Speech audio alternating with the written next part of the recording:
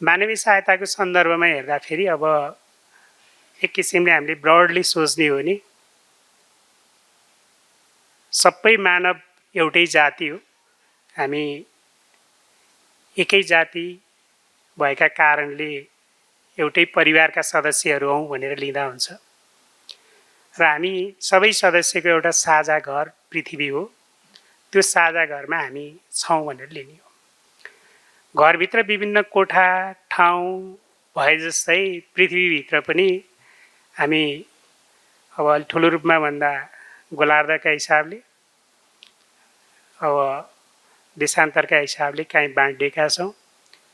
अब क्षेत्र विभाजनका हिसाबले सीमा निर्धारण गरेर देशका रूपमा छौँ।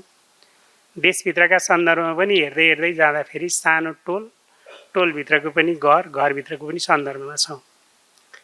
त्यसरी बाँडफाँड भएका छौँ।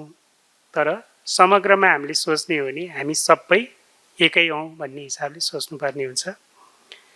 त्यसले गर्दाखेरि नै एउटा विश्वव्यापी रूपमा मानवीय सहायता गर्नका निम्ति संस्थागत हिसाबले संस्थागत पनि व्यवस्था छ।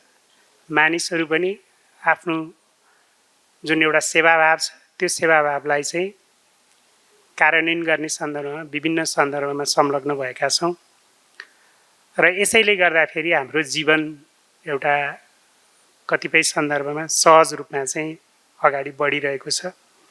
यो चाहिँ एउटा खुसीको कुरा हो। अब यो सँगसँगै चाहिँ अहिले नारा चाहिँ के रहेछ भने जे भए पनि सँगै भन्ने नारा तय गरेको रहेछ।